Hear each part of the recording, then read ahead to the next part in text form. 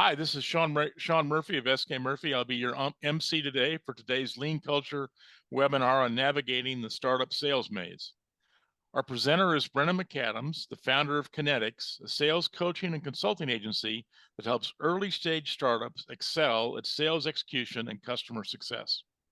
Brendan is the author of Salescraft, proven tips, practices, and ideas to advance your sales success. He was the program director for the 2021 Accelerate Baltimore program and the 2022 to 23 ETC Baltimore Entrepreneur in Residence, and a serial mentor at Techstars and TEDco. Brendan? Well, thank you, Sean. And thanks for the opportunity to kind of spend a little time talking about something that I'd like to talk about a lot, and that's um, early stage sales for founders. I'm a huge fan of entrepreneurs and founders and helping them get some early stage traction and try and hopefully allow them to avoid some mistakes and going down the wrong path. So I'm going to spend Sean covered this pretty well about me, so I won't spend a lot of time on myself. I'm on the left. That's Chet on the right. I think the important thing to note here is that we've been tested and we both have identical IQs, 72. I don't want to brag, but the reason I bring this up is I try and spend a lot of time keeping this topic simple and actionable and hopefully fun. And I think the most important thing here is I'm a fellow founder. I've got a startup along with my own with a business partner and called Expertscape. And then, of course, I'm a good friend of Sean Murphy's, which is perhaps most important. So with that, did I skip a slide? I think I did.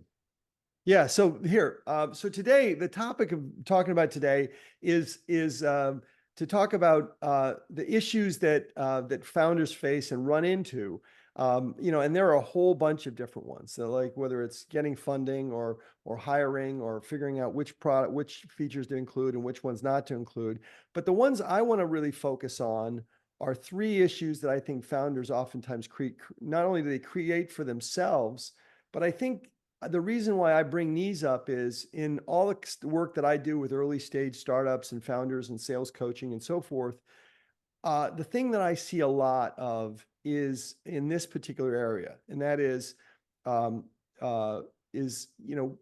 so there are these three issues we want to focus on, and I want to spend a quick moment understanding why this is an issue, and then what we'll do is we'll get into understanding, acknowledging which is the reality of the situation, that actually a different perspective, and then finally getting practical on how you can take advantage of the inherent capabilities you have as a startup founder or as an entrepreneur, and some just practical tips and tricks and approaches that you can take. And so I did skip a slide. So there we go. So there are a lot of different issues, as I mentioned.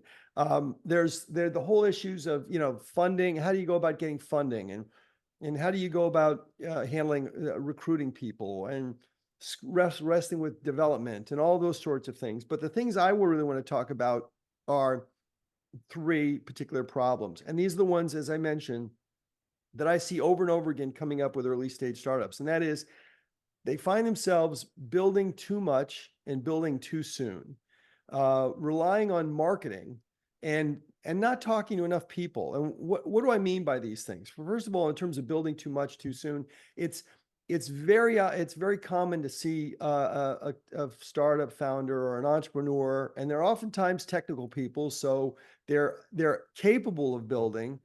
And so you see it more often with technical founders because they have the ability to build and create things and so forth, and code and what have you. And they spend a lot of time hunkered away creating the product. Secondly, marketing, relying on marketing, whether it's cold emails or social media or other advertising campaigns or whatever, focusing on marketing. And then the third obviously is being hunkered down or relying on marketing, relying on these indirect avenues rather than doing what you ought to be doing, which is talking to people. And And so what are these issues really? What do they really manifest themselves to be? What are they in truth? And they are really, you're avoiding, it's the avoidance of rejection. And and and that's, at some level, that's understandable. Nobody really wants to be rejected. They want to be accepted. They want people to say the yes. They want people to like their ideas and so forth.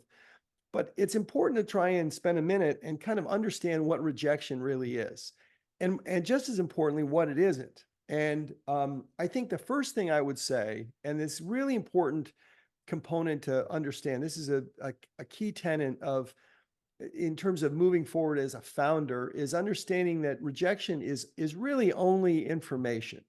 It's just feedback that helps you inform your position and gives you the information, gives you knowledge, that a data point that allows you to improve your messaging. It allows you to alter your trajectory or your strategy, and other, just in general, data that allows you to run your business better. And so, to a certain degree, that rejection is valuable information. The other thing to keep in mind is it's imperfect. There will be a lot of instances where you'll get rejected for reasons that have really nothing to do with you, nothing to do with the product. It may be that the person you're talking to is misinformed or doesn't understand things, in which case maybe you need to improve your messaging. Or maybe it's just the wrong person to talk to and isn't really a good customer anyway. And so that rejection is not even useful information. And the third thing is that it isn't personal. It's almost never really, or very seldom is it personal. And the example that I'd like to use, and that may help kind of emphasize this, is if you're sitting in the audience and listening to someone present, it's inevitable that you want them to do well. You don't want them to struggle. It's an uncomfortable position. It's uncomfortable to sit in the audience and watch a comedian that's bombing. You'd much rather see them thrive. And it's the same is true in a situation when you're talking to someone and trying to, explain your idea, your business, your company, your solution, what have you. They don't want you to fail. They may not want what you want, in which case that's information, but it's not a personal attack. And if for some reason it becomes that way, you're probably just dealing with an asshole. So I think that's important. These are important understandings to have when it comes to this idea of rejection. And then finally, the thing that I really have to stress, and it's whether you like it or not, is you've signed up for this. If you're an entrepreneur, if you're off founding some new company, if you're cooking up some new idea that hasn't been done before, you have volunteered for a fair amount of disappointment and rejection and struggle. And the point I would suggest you make is that you understand that, and then consider a different mindset. And so like I said, I spent a lot of time with early stage founders and startups, coaching them and so forth. And one of the things I start with first that's critically important is adopting the right mindset. And so what I want to consider, or I want you to consider at this point, is changing and thinking about your perspective, this perspective differently, this idea of rejection, this idea of talking to someone and then having them not like your idea, having them say, I don't want it. And that is having a different mindset. And the way I would start with that is to say, what are the characteristics? What defines a founder? What are the things that make that basically would describe a founder? And this is an incomplete list, but I mean, curiosity is certainly on that list, and creativity, and a tendency towards having a rigorous process, having expertise, or not even having expertise, but having the desire to get to a point where you have expertise. So, oftentimes founders see a problem in an area where they're not particularly familiar with that industry or that particular area, but what they do is they dive in, they become experts at it. And so having that kind of a level of expertise or knowledge about a problem, they have a dedication to improving things, to being focused on making things better, on solving problems, and they invariably have vision. They see something on the horizon that other people don't see. And finally, again, incomplete list, but fearlessness, or if you don't want to call it fearlessness, then maybe, a certain level of stubbornness or craziness or whatever, what have you, but some level of adopting this idea that I'm going to do something that's non-standard, that's risky, and these things are characteristics that I think you need to embrace. They are, in fact, what I would consider, and I sort of hate this term, being a boomer, but these are superpowers. These are the very values, the very kind of characteristics that an entrepreneur and a founder has. And these are the things that I would argue that you need to leverage as part of your mindset, as part of who you are, and these are the things that should fuel kind of your direction. So I have sort of a modest proposal, and in terms of, and this is the thing I pose to any of my people in my accelerator or in the programs that I run, or with people I coach, and that is, you have to, and this is a proposal in two parts, and that is, the first is you have to embrace the rejection. You have to kind of welcome it, and even at some perverse level, enjoy it, and kind of not only accept it, but kind of greet it with a certain amount of happiness. And the reason is, as I've said multiple, because it's information. It's data that you can use, and if you can step back away from the situation and look at it coldly and analytically, again, these are founder characteristics that you should embrace. You'll see that it's data, that there's information that you can take. There's information you can glean from it that can improve your delivery going forward. That can improve your product, improve the direction that you take the company, is whatever. Secondly, is it's a requirement. You can't get to success without a fair amount of rejection along the way. It's impossible to just start a company and have it succeed, have it launch, and accelerate without any difficulty. You're going to get a certain amount of rejection, trouble, and what have you. And there are definitely going to be prospects that are going to say, no, this isn't for me. Finally, this makes you, or not finally, but it makes you better. It makes you more resilient. And ultimately, it makes you that expert that I talked about earlier. You need a certain amount of rejection, a certain amount of conflict, and a certain number of setbacks, or being told, no, it's not this, it's this, being educated along the way. And a certain amount of that information, that rejection you're going to get, is information. And it's going to teach you, it's going to make you stronger.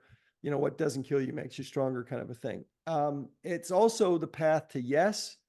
And because people are so into this product market fit, and so in order to get to the yes, you're going to have to go through a fair number of no's along the way. It's inevitable. And if for some reason you're in a situation where you don't run into any no's, and you just right out of the gate, it's all yes, yes, yes, and you get your customers without any difficulty, then please reach out to me and let me know, because I must be doing something wrong.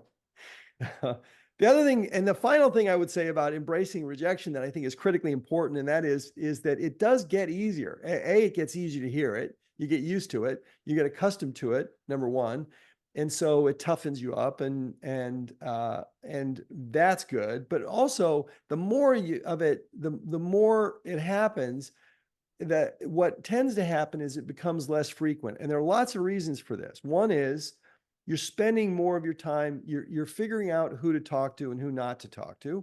So you're getting better at targeting who your ideal customers are. And when you get to that point, you're going to be in a situation where those people are more inclined to say yes. They're going to have fewer objections. They're going to have fewer reasons to not like what you do, because you're starting to target more effectively. And also, you're getting to the point where you're refining your message more and more. You're becoming more and more of an expert, and you're getting to the point where you're not seeing rejections because you've seen it all before, and you've responded accordingly. So that's the first part, is to accept the fact that there's a fair amount of this rejection that's going to happen no matter what. And the idea is to use it to your advantage.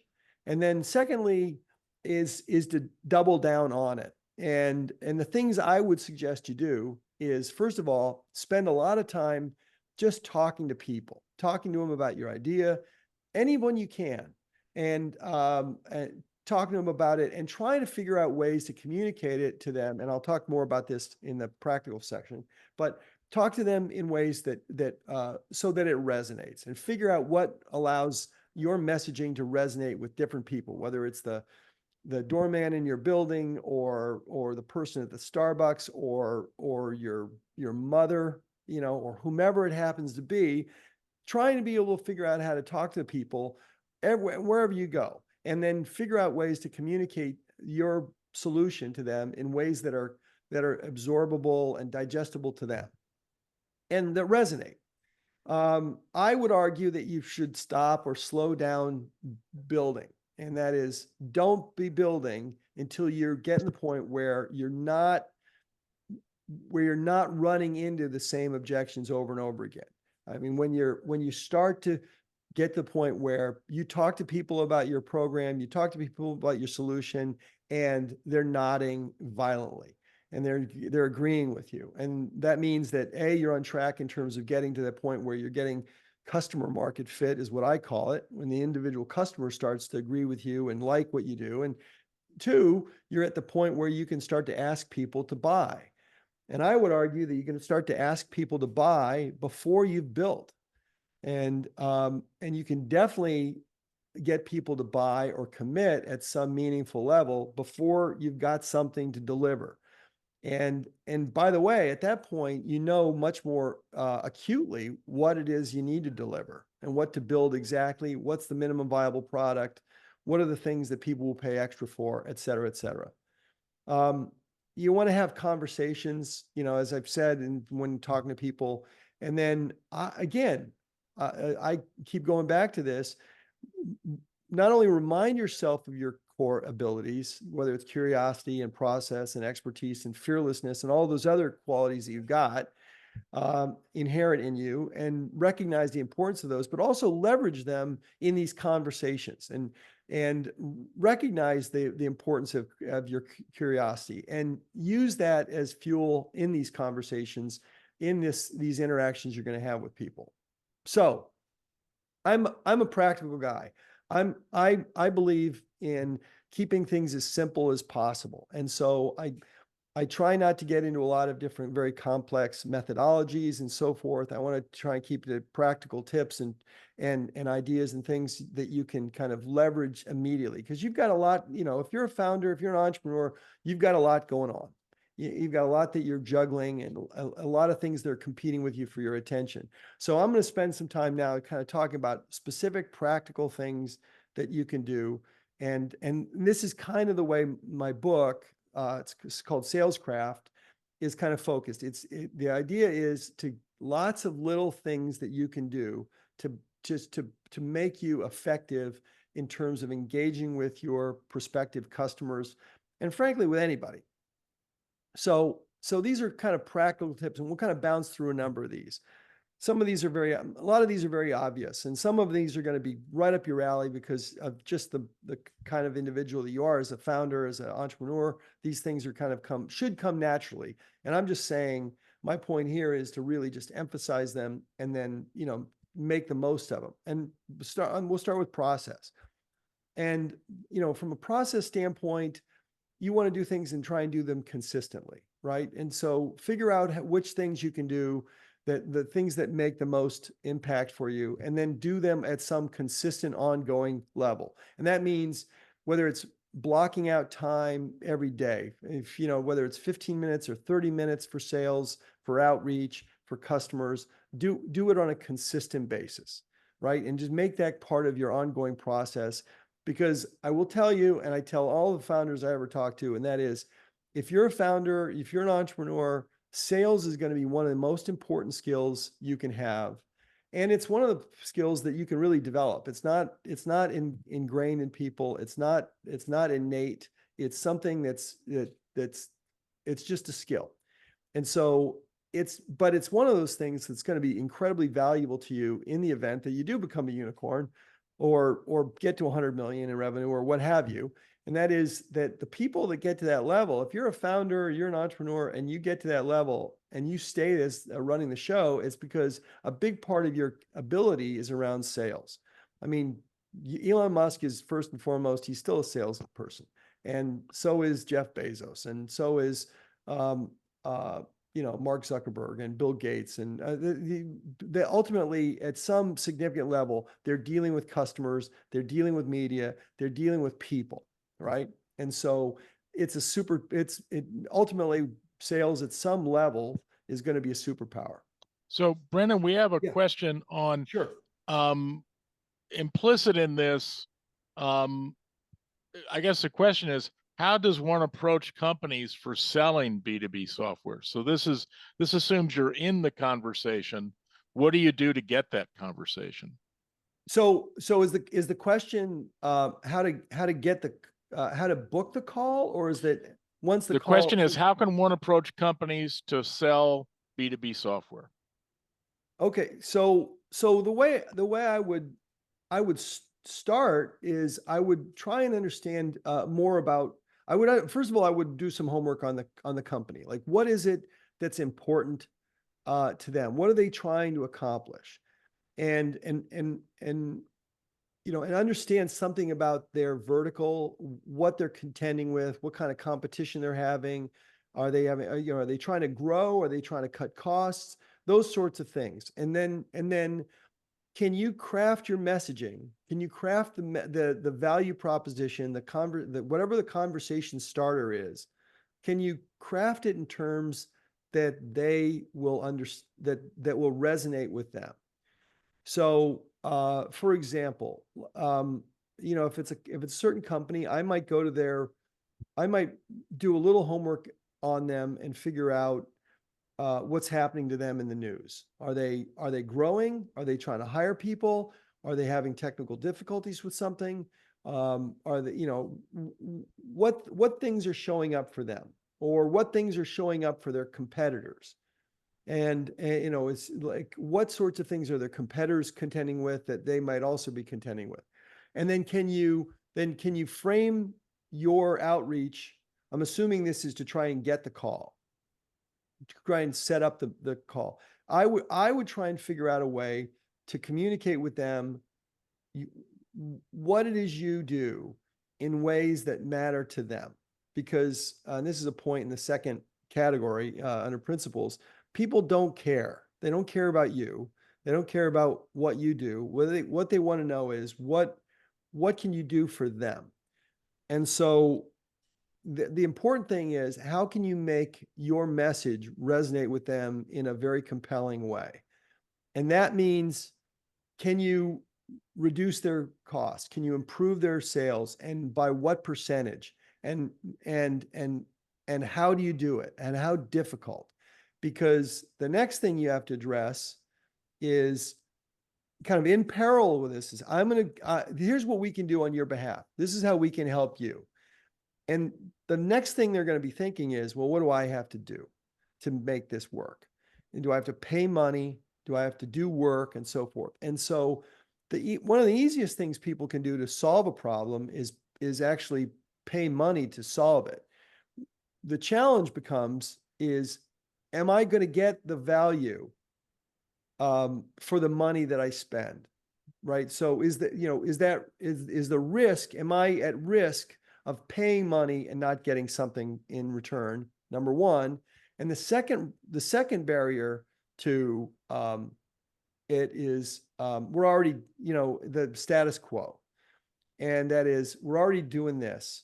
Now you're going to make me do something else. And so how difficult is it for the person that you're talking to, or that team, or that organization, to go from what they're doing today to what you're proposing they do tomorrow? And if it's just as simple as, for example, if it's just as simple as flipping a switch, then it really just becomes to, if I spend this money, will it work? But oftentimes with software or with any kind of technology, there's a certain amount of implementation that has to take place. There's a certain amount of effort that the customer has to employ. They have to dedicate themselves. They have to convince other people to adopt it. They have to change business practices, all those sorts of things. And so inherent or kind of bundled up into this initial effort that you're trying to get in and reach someone and get them to take a meeting. And then of course you're going to convince them of all this in that meeting, is you have to, in that instant, convince them, A, that you can do what you say you're going to do, and B, it's valuable to them to a meaningful enough degree, and then C, that the effort that it required of them to do it is reasonable and doable.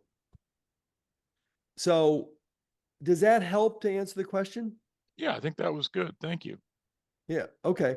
And then of course there's a lot more to it. I mean, but at some level, one of the things I find is is that the resistance that people have to buying something, and basically what sales is ultimately is basically getting someone to make a decision. Really, it's getting them to make a decision. It's getting them to do something different. It's behavior change. And so oftentimes the best way to think about selling, and this is getting into just the kind of psychology of this, all of which this practical stuff applies, and that is, what does it take you to make a decision and for you to change their behavior, right? And so if one of the things you really can do to make yourself more effective in a sales role is to get to try really hard to get into the other person's shoes and to think about it from their standpoint. And if you can do that in a very effective way, then you're a long ways away towards getting the person to decide to do something with you.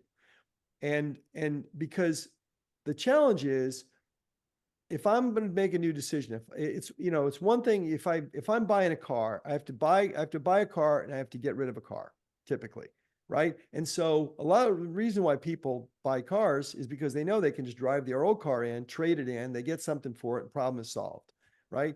The other option is you have to go and sell your car yourself. That's a whole other hassle, right? And so what's the difficulty involved with making that transaction happen? And when it comes to software and technology, oftentimes the money's not the thing.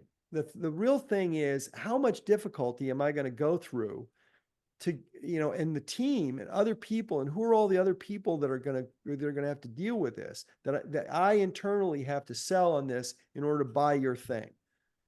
And so that's where a lot of this, the challenge comes in. So if to a large degree, if you can understand people and where they sit and how they have to contend with things in terms of making your decision, buying what you're selling, and how does it affect other people in that organization, especially in a larger organization, that's where the resistance typically comes in. Does that help? Yes, that's good. Process. Make it consistent and so forth. Look for patterns. This is kind of right up, your entrepreneurial alley. It's like looking for patterns, looking for commonalities and things. And so and this is where I go back to the idea that you get a certain amount of rejection and you start to refine your messaging and so forth. You're also going to refine who you talk to. You're going to figure out, oh, you know what? This is really lends itself to accountants, and it doesn't lend themselves to I don't know, attorneys, for example. And you're going to figure that out. That niche you're going to figure out what niches, what patterns, who it resonates with.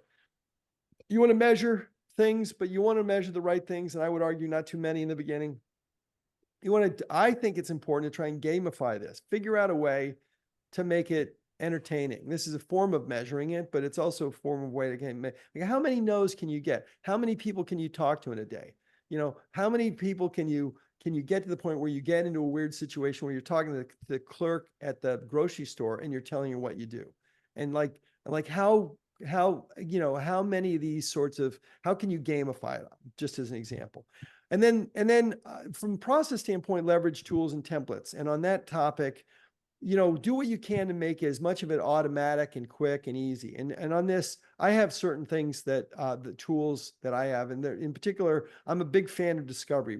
I talk a lot about discovery. That's what this whole talking to people thing really is discovery, is like getting to the bottom of it. And so I have some standard templates that I use. If you email me at the end of this and send it, I'll send you the examples. You can use them to your heart's content. And in principles, the important thing is to be able to ask good questions. And in that category, this is in a way, one of the things when you're starting to really hit your stride, when you get good at asking questions. And again, it's important to be curious. It's important to ask questions in the right context.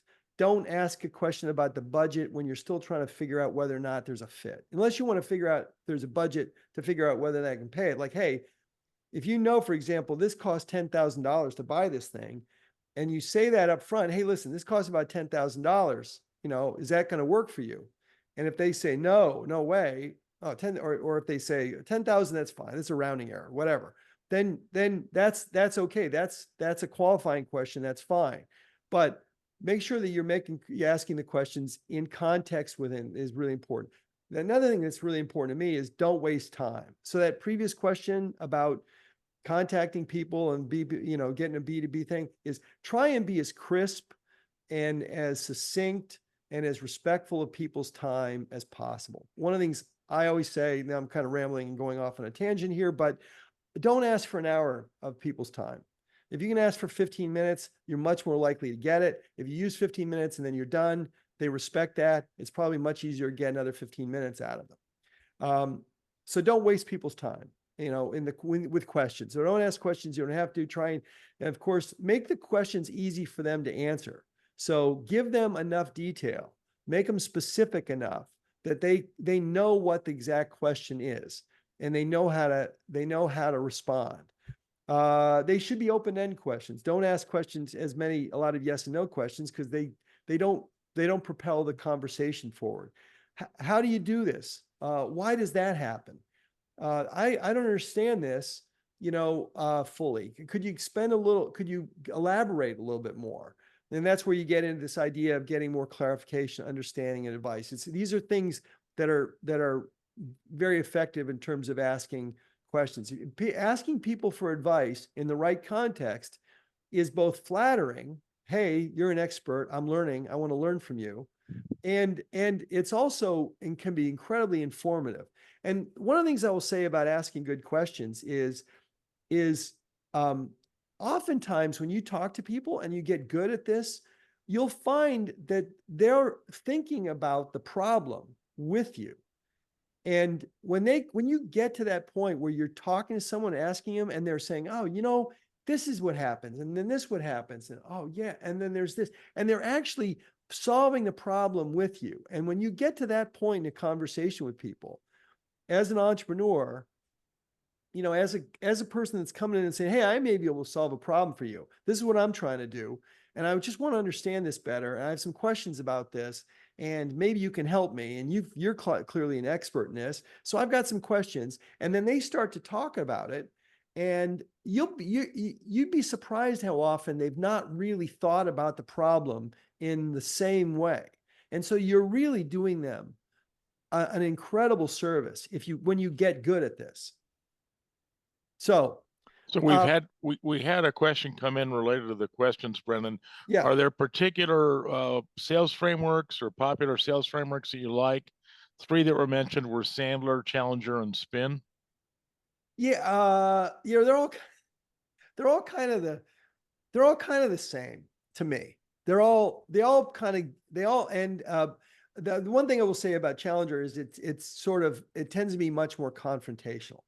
It's the way I would describe it. It's sort of it is challenging. You're trying to say, I'm an expert. My time's valuable. This is the way I interpret Challenger anyway. I think ultimately, to me, I think my approach is, and I'll actually mention this a little later on, is I think that they're all good. I grew up on what's Miller Hyman? Help me, strategic selling. Strategic selling, Miller So Hyman. Miller Hyman strategic selling. That was my thing. And I did a lot of that large scale enterprise sales. I sold the AT&T Bell Labs and all the Fortune, the Wall Street companies and United Healthcare and Cigna and Aetna. And so I did a lot of enterprise level selling. And so that sort of thing works. But fundamentally, I think again, I try and keep this very simple, and that is I wouldn't overthink it. I think it's good to have a certain process in place. I think it's discovery, and discovery is really conversations and a certain amount of analytics that go with it. And when I say analytics, it's understanding the customer. I think at some level, it's probably just as valuable to understand psychology as it is to understand a sales process. Does that help? No, maybe Yeah, not. no, I think it did. I think that was good. I think after good questions, I think it's good at listening. I think I think people that are very good at sales tend to be very good at listening. They tend to not try to think about the next thing to say, and in fact, they're intently trying to figure out and understand what the person is saying and what they're going through and what the issues that they're contending with are. I think that's really important. As I already mentioned, I think one of the important things to keep in mind is people don't care. It's like I said in the beginning, my introduction is like, this is about me. I actually hate that sort of stuff. So like nobody cares what about me, right? So what they really want to know is, hey, what's he going to say that I can use that's useful to me in my business? So if you say anything about yourself, it's a throwaway. The best thing to do, I find, is to be self-deprecating when it comes to talking about yourself. I think that disarms people. I think it makes people feel comfortable. Oh, I'm not dealing with somebody who's super self-important, that sort of thing. Little fundamental things: be on time, show up on time is critically important. Follow up. The most important thing you can do, one of the most important things is when you say you're going to do something, you do it, put it in your calendar, do it. You can deliver it ahead of time, even better. And that's this philosophy I call compressing time. I talk about it in my book. And that is, as an entrepreneur in particular, if you can get things done quicker and move things forward, you can move the sale along more quickly. And the whole idea of if the sale is 20 steps and you can get each one of them done in a day instead of 2 days, it's a 20-day sale instead of a 40-day sale, to oversimplify things. And so there are going to be delays on the other side, but the sooner you can turn things around on your side, the more you can kind of compress things and move them along. The other thing that does is that it tends to keep you front of mind. And in this day and age, a lot of sales is attention span, is can you stay in front of somebody? Can you, in a way that's meaningful, not bothering them, but being in front of them in some meaningful and valuable way. So, Brennan, we've got a question from Alex Siegel. I'm going to ask Alex to unmute and ask it directly, but it's Sure. about how to handle new markets. Yeah, so you were talking about both not wasting their time and how kind of confrontational sales frameworks don't work. And I guess that my question I have is that I'm struggling to kind of get into a market where the customers don't realize they have a problem. And so I'm finding it hard to not get a response that's, yeah, we've solved that already, it works. And also not being confrontational by saying, like, you know, what you have doesn't actually work, here's why. Is there a way to thread that, or is there like any standard things for that kind of problem? All right, so there are two possibilities, right? One is there's a problem and they don't recognize, and the other is that you think there's a problem and there isn't one, or it's not big enough. The pain isn't enough. And so how do you go about finding out if the pain is real and significant? And so I'm going to take you at your word that you're right, and their pain is No, don't take me at my word. I mean, my question is more about how do you even get that first conversation without getting blown off when you have that kind of two-way approach to the first intro. Yeah. Okay. So this is a fun question because this happens a lot, and this is true. This is going to be true with essentially anybody that's got some new idea and has to get in front of people, and that is, and I at some level, what I would try and do, I'm assuming you haven't yet tried to reach out to people yet. I mean, I Is that- have, but I've had not great success with cold outreach because of this. So the first thing I would ask is, where do these people congregate? And so are there people that are luminaries in this particular field? Do they write about it? Does anyone have a podcast on this topic, or does anyone write articles about it, or do they tweet about this topic? And so if there's anybody out there that that does this, can you identify them, and then B, can you get in can you do some level of research on their kind of positions, number one. And then everybody has an ego at some level. And so one of the things I would probably do is I would say, hey, I'm working on this thing. You're an expert in this area. Could I get 10, 15 minutes of your time? I have some specific questions I'd like to ask you. Now, here's what'll happen. They may not have time for you.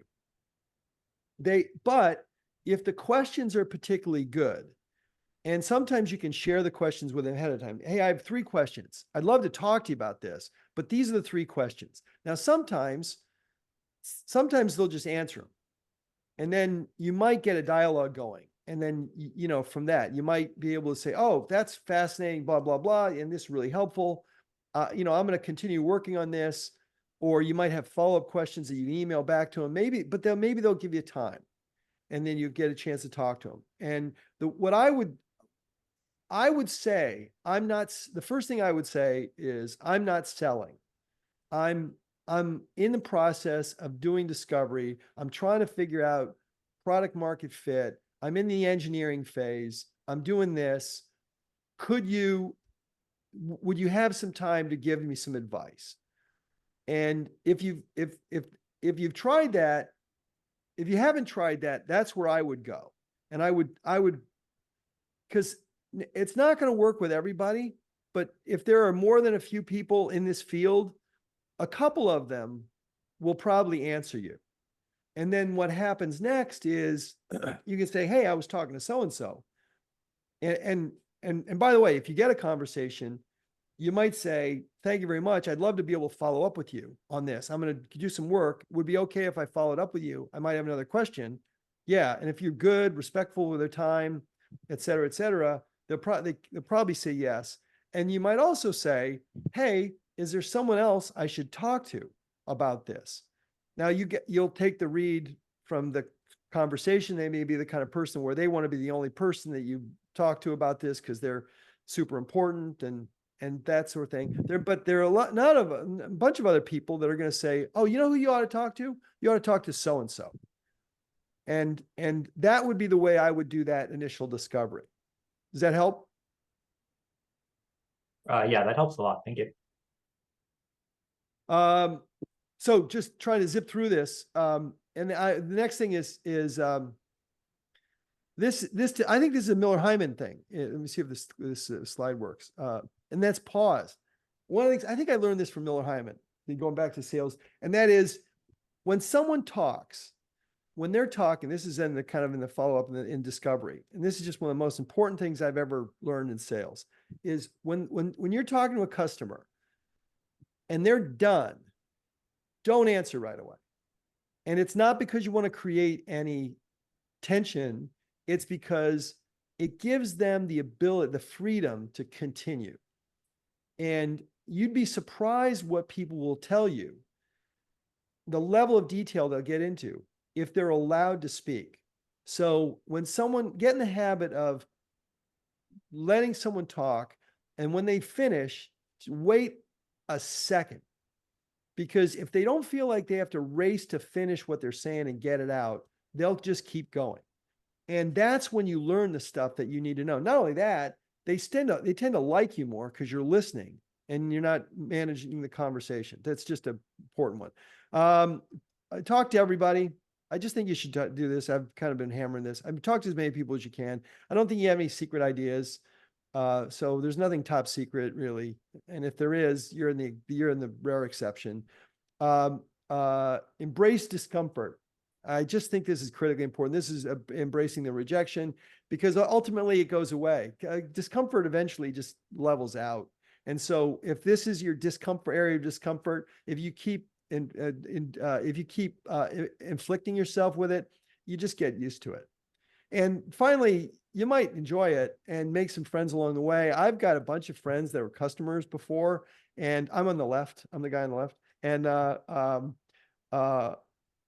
And so you'll find that you're going to end up making a lot of friends. And in fact, in a lot of these cases, just this discover your attitude. If you go about trying to make friends, you find yourself making a lot of customers along the way. I haven't done any real research on this particular percentage, but basically half of sales is discovery. If you get to the point where you're doing the things I'm talking about, having conversations, learning about people, learning about what drives them, understanding what their obstacles are, what's in their way. If you get to that point, the rest of the sales process is essentially much, much easier. And so that's just that's the thing I would stress in all this, is that discovery, which is really just conversations and understanding, is half the battle. And it should be fun. It should get, and it will be fun if you get good at it, because you find that these people tend to be very nice in a lot of cases, and you learn a lot from them, and you make money, and you can get successful, and it's all, and so it should be fun. I'll end on this. This is a good start. This is where I kind of spend the first part of whenever I do training and coaching with people, is to get them to think about it from a mindset standpoint, and certain work on discovery. These are the things. But there's a bunch of other stuff you can talk about: customer journey and qualification, and how to structure a deal, and how to ensure customer success and onboarding. And these are all things I kind of spend a lot of time on. But this is the best place to start, is just getting the point where you have good conversations, and hold off doing too much building until you know what it is you should be building and who you should be building it for. So next steps, real quick. Here's what I would suggest you do. You should probably spend a few minutes and make a list of people that you should talk to.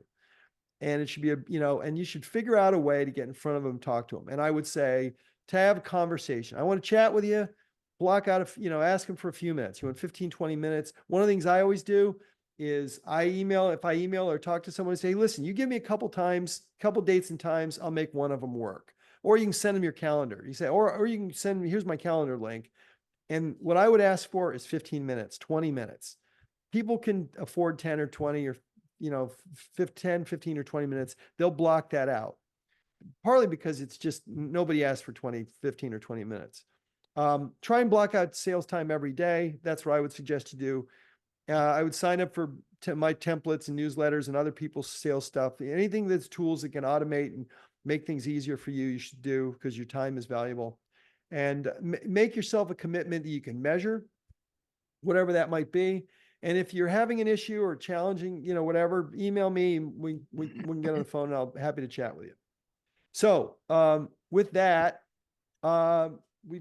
questions. We still have a few minutes. What else can I answer? We had one question from earlier about the number of leads. Leads you need to be able to get to a real conversation or a deal. I have a definitive answer for that. It depends. So, and it really depends on if you're an early stage founder. If you're in the early stages, it could be one. And it just depends on it depends. And if it's B2B, it may not be very many. If it's consumer, and you're selling B2C, which is something I know very little about, it could be hundreds or thousands.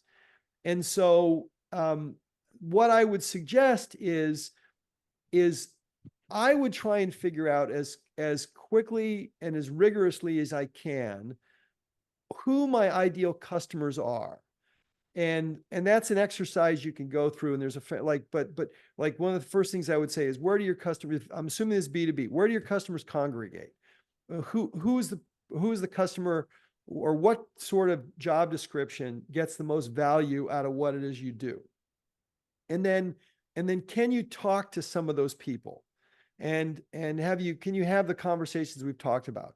And then based on those conversations, you're going to figure out very quickly, first of all, you're going to hone your message, and you're going to be able to figure out what really matters. What are the things that really matter, and what are the things that don't matter? And you're going to be able to hone your message. And then what you're going to be able to do is you're going to be able to identify those people that are most likely to benefit.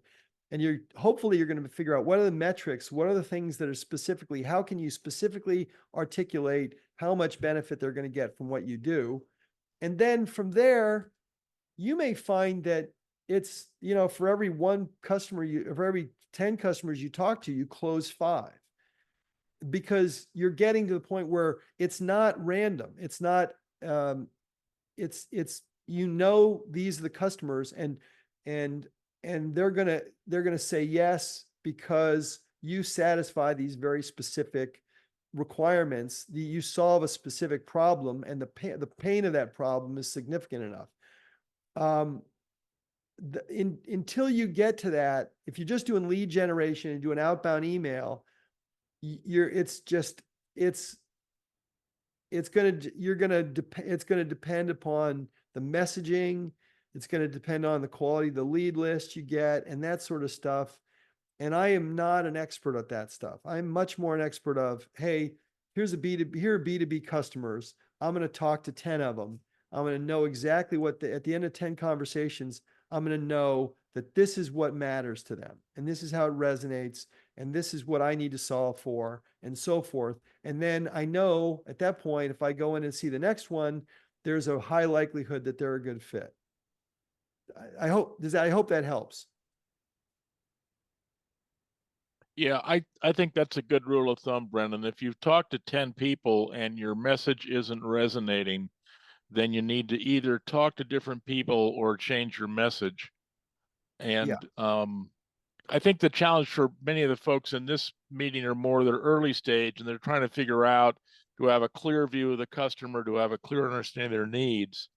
So it's better to tinker with the message early than just keep, doing the same thing over and over again, hoping that, the next one will be smarter. And on that topic, I would say, hey, this is what I'm saying to customers. Does this work? I would ask when you're in front of a customer or your prospect, hey, does this make sense to you? I'm saying this. Here's how I'm presenting what I do. Does this make sense? The one of the things I like to do, one of the things when you're building a product early on, and the product may be just an idea and you're talking through it, but say, for example, you're going and you're building an app. What I would do if I were building an app, I would take the app and I would not build it. I would draw it out on Figma, or I would draw it on paper, and I would sit down with somebody that's in that space and say, what's wrong with this? Tell me what I'm missing, and let them tear it apart. And the problem that a lot of founders have is they go and build something, and it's pretty and it's done, and nobody wants to shit on it because you've put all that effort in, and they don't want to say your baby's ugly. I know that's probably mixed metaphor, but you got my point, right? And so what I would say is if you can show someone something that's not complete, and then say, tell me what's wrong with this. This is what people do when they write a book. When you write a book, you give it to your friends, and if they're good friends, they'll tell you the truth and say, hey, read this and tell me what sucks. And that's what they do. Paul Graham does this with his essays. He sends his essays out to his friends and say, hey, tell me what's wrong with this. And they shit on it. And then he fixes it, or he argues with them, right? And so what I would suggest to you is, when these initial conversations, whenever you're having, and this can happen the whole way along, but I would say, hey, what is it that doesn't resonate about what I'm saying? Especially early on, if you're in this, hey, I'm trying to figure this out, and I'm doing market research, or I'm toying with the idea of building a solution. What am I missing? And if you go in with that attitude, people are very, very inclined to help you. They want to help you. A, that makes them feel good for helping you, and B, it makes them feel like they're knowledgeable and they're an expert, and they're tutoring you. And so I would argue that go in. I have an essay somewhere, if I find it somewhere, that don't be the smartest guy in the room, or gal, or woman, Oh, I'm sorry, I can't. So what I would say is, if you go into a room of people and you don't feel like you have to be the smartest guy in the room, people are going to be much more inclined to help you and to be pleasant to you. The people that are the know-it-all in the room, they don't learn anything new because people don't want to tell them they're wrong. They don't want to get in an argument with them, whatever. So I would argue that you go in and when you talk to these folks, try and make it, disarm them with your curiosity and your interest in getting better. Does that help? I hope that helps. Yes, I think we're going to break here, Brendan. I think we're a little Good. over the time, and we like to. So Yeah. a couple of people had questions. I'm going to post your email address in the chat again. Yep. He can be reached there. It's also on the screen. Yep. And I want to thank you for a very thought-provoking presentation, very practical. Well, thank you. Thanks for your time. I hope it was helpful and grind away. All right, everyone. All right. Thank you. Bye. Bye-bye.